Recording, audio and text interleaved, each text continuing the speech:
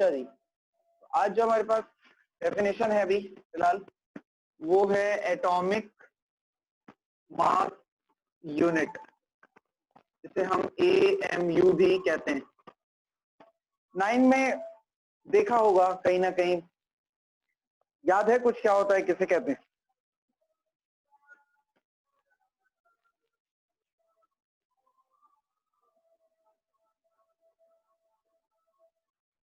Sir ये तो एक वैल्यू होती है, जो भी आप आंसर निकालते हो उसके आगे लिख रहे होते हैं। जैसे नंबर ऑफ प्रोटॉन न्यूट्रॉन के जो आंसर निकालते हैं उसके जो न्यूट्रॉन का आंसर आता है उसके आगे लिखते हैं। सर मास नंबर के आगे अक्सर लिखते हैं AMU किसी भी एटम के। सही सही। इफ्रा आप बताएं। सर हम जब एलिमेंट्स का वो निकालते हैं आखिर में वैल्यू, तो उसके आगे लिखते हैं ये यूनिट होता है। यूनिट होता है, हाँ। सबसे बेहतर जवाब इफ्रा आपका था, और बाकियों का भी जवाब देखो सही था। पहली बात मैं अलीजा आपके जवाब को बोलूं, बेटा आपने कहा मास नंबर के आगे लिखते हैं। बेटा मास नंबर के आगे नहीं लिखते, याद रखना, मास नंबर में नहीं लिखते, एटॉमिक मास पे लिखते। मैंने पिछले हफ्ते, मुझे याद है, मास नंबर और एटॉमिक मास का फर्क बताया था, याद होगा अगर।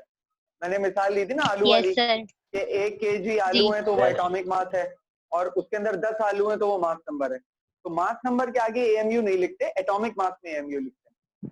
सही है, समझ गए बात? अच्छा रासिफ, आपने कहा कि वो किसी के भी आगे लिखते हैं। बेटा देखो एक चीज याद रखना कि ऐसे ही हम नहीं बोल देते कि किसी भी चीज को, क्या यार ये इसको जो है ना हम इस चीज के आगे लिखते हैं या इसको इस चीज के आगे लिखते हैं। ठीक है, यहाँ पर जरूरी है कि हम बताएंगे क्या होता है। जैसे इफ्रा ने जवाब दिया कि यूनिट होता है, ये ज्यादा बेहतर सही लफ्ज था इसके लिए, ठीक है ना। तो ये यूनिट होता है, बिल्कुल ऐसा ही है, ये एटॉमिक मास का यूनिट होता है। अब अगर इसके डेफिनेशन की बात करें और इसको कहां से इसका ओरिजिनेशन है, कैसे ये यूनिट वजूद में आता है, वो समझते हैं।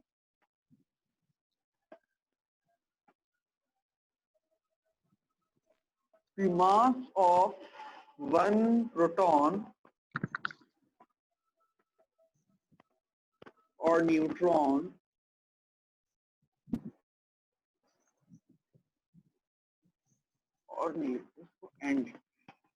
and neutron is approximately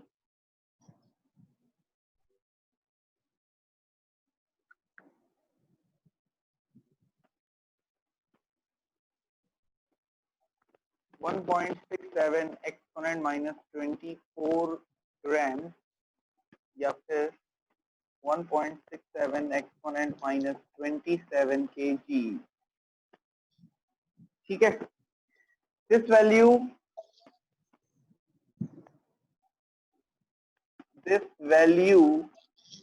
is considered as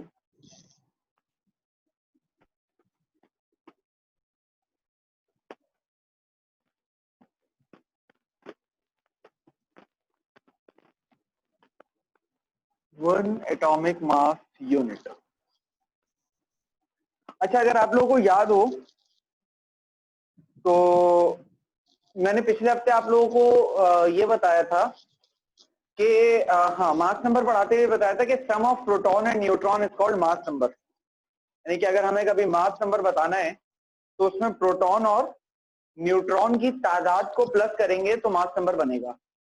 मैंने इलेक्ट्रॉन का जिक्र नहीं किया था, ऐसा ही है ना? ऐसा ही है जी सर। ठीक है। मैंने उसके अंदर इलेक्ट्रॉन का जिक्र नहीं किया, मैंने सिर्फ प्रोटॉन और न्यूट्रॉन की बात की। पहली बात तो उस बात से एक चीज ये समझ में आती है कि एटम का मास बनाने के लिए, यानी कि एटम का जो भी वजन होता है वो प्रोटॉन और न्यूट्रॉन की वजह से होता है, इलेक्ट्रॉन की वजह से एटम का कोई भी वजन नहीं होता। यानी कि एटम इलेक्ट्रॉन की वजह से एटम के वजन पर कोई असर और रसूख पैदा नहीं होता। Is that clear? पहली बात ये समझ में आ गई? ठीक। अब यानी कि इलेक्ट्रॉन को वजन के एतबार से, इलेक्ट्रॉन को तो फिलहाल भूल ही जाओ, अब सिर्फ दो चीजें रह गई, क्या क्या? प्रोटॉन और न्यूट्रॉन। अच्छा अगर मैं किसी एटम के अंदर मैं अगर एक प्रोटॉन और एक न्यूट्रॉन की बात करूं तो एक प्रोटॉन का मास तकरीबन 1.67 एक्सपोनेंट माइनस 27 kg होता है, और एक न्यूट्रॉन का मास 1.68 या 69 एक्सपोनेंट माइनस 27 kg होता है। तकरीबन ये दोनों एक दूसरे के बराबर ही होते हैं। इलेक्ट्रॉन को हम कंसिडर नहीं करते। अब मसला क्या है कि अगर मैं इस वैल्यू की बात करूं या मैं इस वैल्यू की बात करूं, तो ये वैल्यू असलियत में क्या है? ये ऊपर वाली वैल्यू अगर मैं देखूं तो ये होगी 0.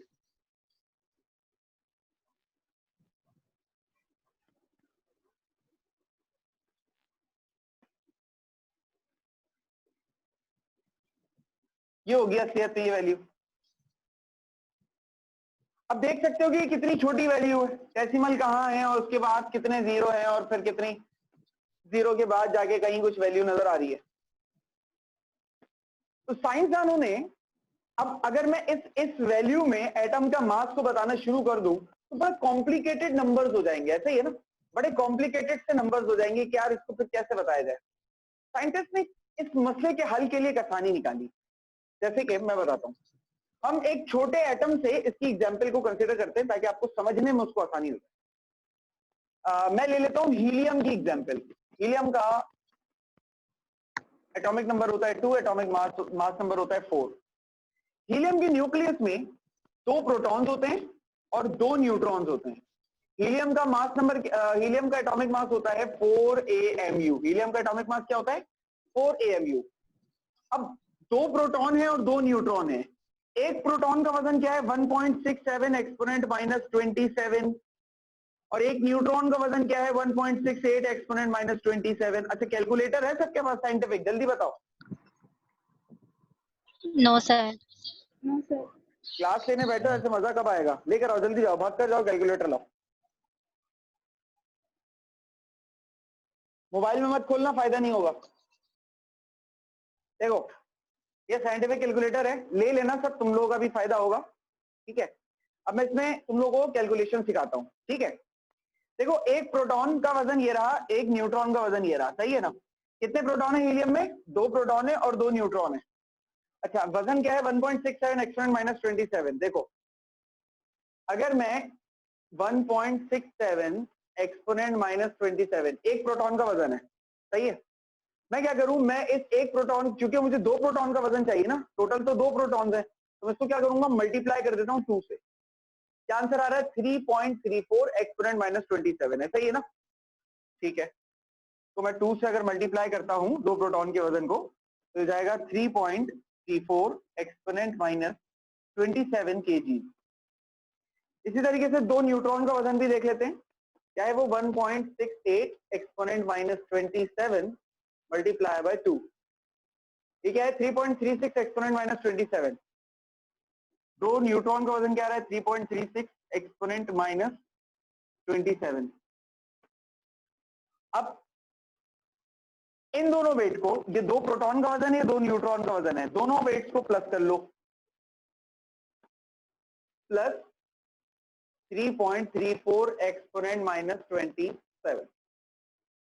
क्या आंसर आ रहा है? 6.7 exponent minus 27। 6.67 exponent minus 27।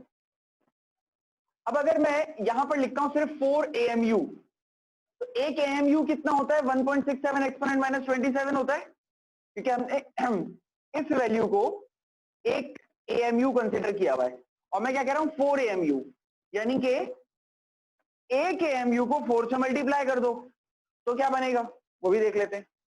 1.67 exponent minus 27 multiply by 4। देखो वही आ गया, 6.67 एक्सपोनेंट माइनस 27, वही आ गया। अब ये असल मास ये है, हीलियम के एक एटम का असल वजन ये है किलोग्राम में।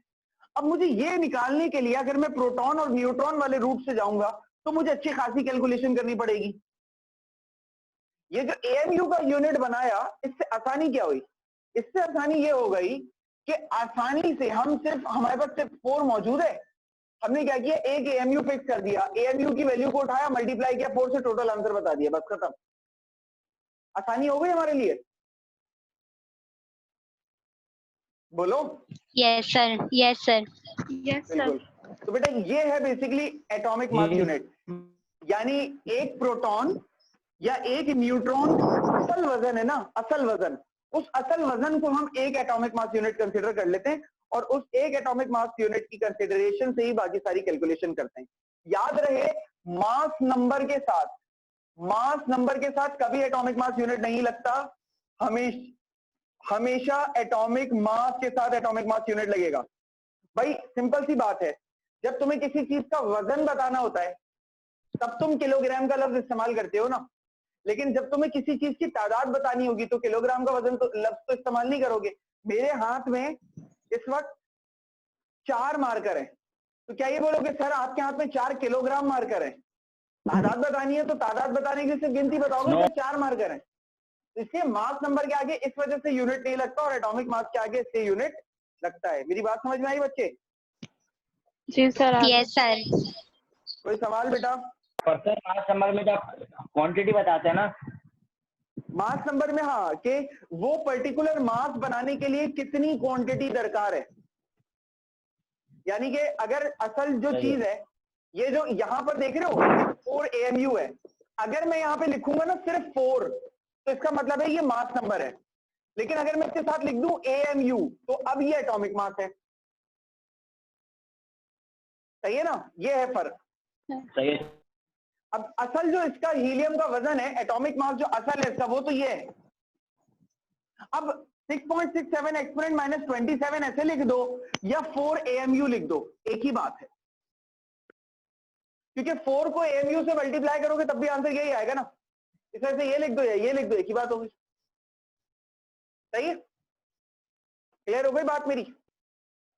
जी यस सर। जी सर। अच्छा अब एक काम करो, जरा इसको छाप लो या स्क्रीनशॉट ले लो, जो भी सही लग रहा हो।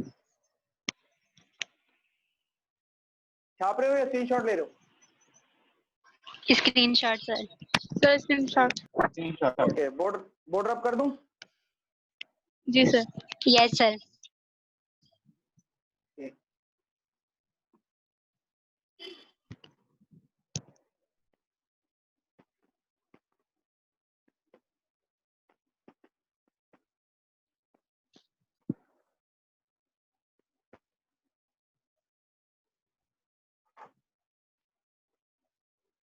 अच्छा अब हम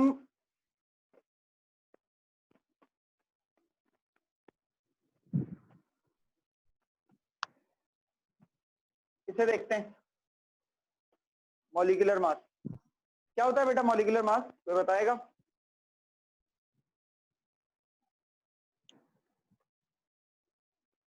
सर मॉलिक्यूल्स को एटॉमिक मास का जो सम करके लिखते हैं शायद।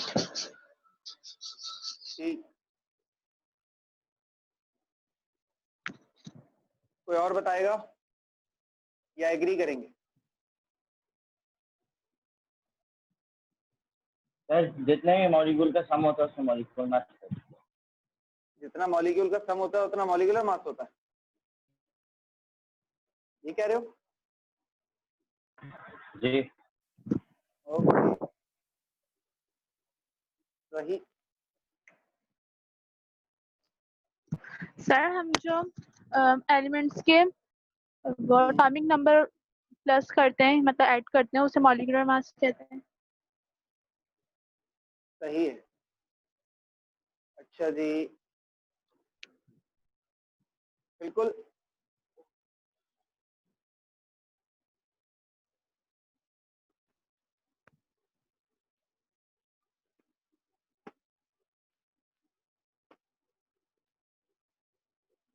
The sum of atomic masses of all elements present in a molecule.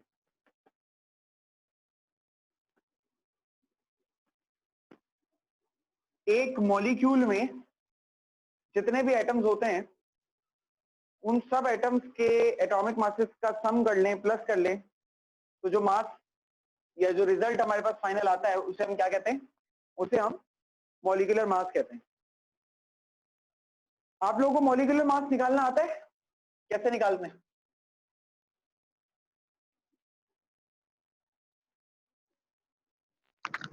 Ji sir आता है। आता है, सिर्फ एक को आता है, बाकियों को नहीं आता? सर आता है थोड़ा बहुत, याद है जितना। ओके, नहीं, गासिर? थोड़ा सा रिव्यू देंगे हल्का सा तो याद आ जाएगा। चलो थोड़ा सा रिव्यू देंगे तो याद आ जाएगा। चलो ऐसे ही कर लेते हैं, पहले मैं एक आध करवा देता हूँ, ठीक है, उसके बाद तुम करोगे खुद, सही है? अभी तो मैं कुछ अभी करवा रहा हूँ, कौन कौन से, जैसे कार्बन मोनोऑक्साइड कर लेते हैं, कार्बन डाइऑक्साइड कर लेते हैं। आप बोल रहे हैं सर ये तो बच्चों वाले, सर कोई मुश्किल वाला करा दें। हैं? आपने तो सर चुन चुन के आसान वाले खुद कर लिख लिए हैं। चलो, ये लग रहा है थोड़ा सा मुश्किल लग रहा है ये, या ये भी आसान ही लग रहा है? ये तो सारे ही आसान लग रहे हैं यार। चलो फिर भी देखते हैं। मैं ये 4 करा रहा हूँ और उसके बाद तुम्हारे ऊपर जिम्मेदारी डालूंगा कि तुम करोगे, सही है? तो अच्छा, पेपर में मॉलिक्यूलर मास के लिए ना परेशान नहीं हो, क्योंकि मॉलिक्यूलर मास निकालने के लिए जरूरी है कि आपको एटम्स का एटॉमिक मास पता हो।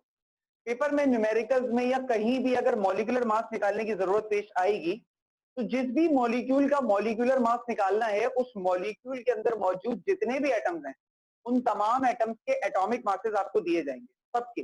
कोई एक भी एटम ऐसा नहीं होगा गलती से भी जिसका एटॉमिक मास आपको प्रोवाइड ना किया जाए। इससे किसी भी एटम का एटॉमिक मास याद करना आपके लिए जरूरी नहीं। अलबत्ता पूरे साल पढ़ते रहोगे तो अच्छे खासे एलिमेंट्स के खुद ही याद हो जाएंगे, सही है? अब कार्बन के एटम का मास, सबसे पहले कौन सा एलिमेंट लिखा है? कार्बन लिखा है, तो कार्बन के एक एलिमेंट का मास, एक एटम का मास होता है 12। अगले एटम पे जाना है, बीच में प्लस लगाना है। ऑक्सीजन के एक एटम का मास होता है 16, दोनों को प्लस कर लो, 28 AMU। दूसरे पर आ जाओ, कार्बन डाइऑक्साइड। तो पहले सबसे पहले कौन लिखा है? कार्बन। तो कार्बन के एक एटम का मास 12, अगले एटम पे जाना है, बीच में प्लस लगाना है। ऑक्सीजन के एक एटम का मास 16, और कितने एटम्स है टोटल ऑक्सीजन के? 2 एटम्स है ना, तो 16 को 2 से मल्टीप्लाई कर दो। याद रहे कि 2 सिर्फ ऑक्सीजन के नीचे है, तो मल्टीप्लाई भी जो 2 है ना, वो सिर्फ 16 से होना चाहिए, पूरे से नहीं होना चाहिए। अक्सर बच्चे क्या गलती करते हैं कि वो 2 को 16 से भी 12 से मल्टीप्लाई कर रहे होते हैं। भाई 2 सिर्फ ऑक्सीजन के नीचे है, तो इसको सिर्फ और सिर्फ आपको ऑक्सीजन से मल्टीप्लाई करना है, ऑक्सीजन के मास से। तो 12 प्लस 2 16 32, 32 प्लस 12 44। अब आ जाओ अगले पर, कैल्शियम कार्बोनेट। कैल्शियम के एक एटम का मास 40, अगले एटम पे जाना है, बीच में प्लस लगाना है। कार्बन के एक एटम का मास 12, अगले एटम पे जाना है, बीच में प्लस लगाना है। ऑक्सीजन के एक एटम का मास 16, 3 एटम्स है तो 3 से मल्टीप्लाई कर दो। अब 3 16 48 होता है, 12 और 40, 12 प्लस 48 60 हो जाएगा, 60 प्लस 40 100 हो जाएगा।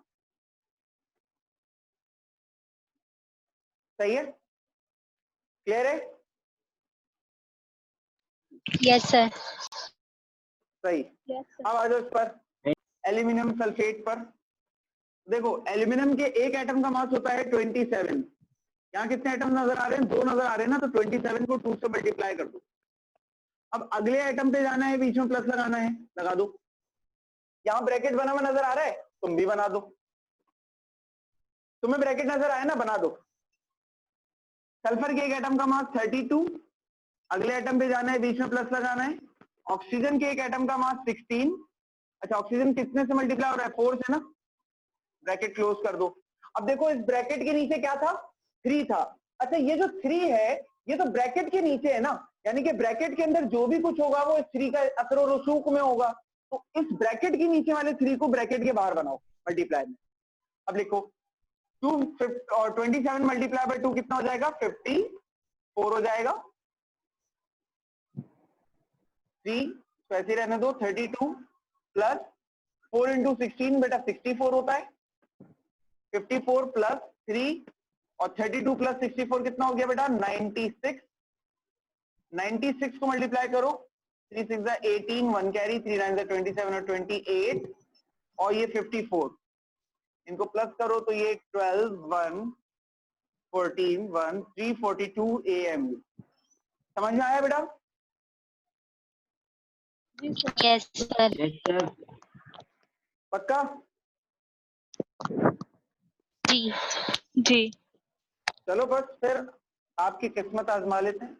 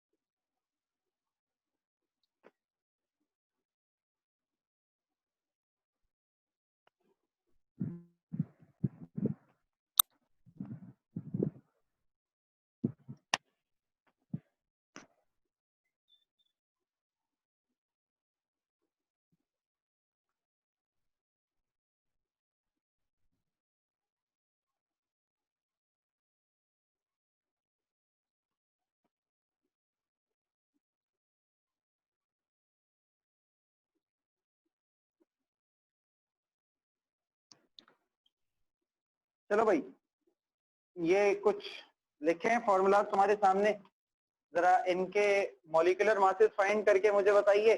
मैं इनके एटॉमिक मासेस यहीं दे रहा हूं आपको, जिसको आप नोट कर लीजिए अपने पास। यहीं आप लोगों के लिए एटॉमिक मासेस लिख दे रहा हूं सारे। हर एलिमेंट का लिख दूंगा, कोई एलिमेंट ऐसा नहीं होगा जिसका एटॉमिक मास ना लिखूं। ध्यान से देख लीजिए।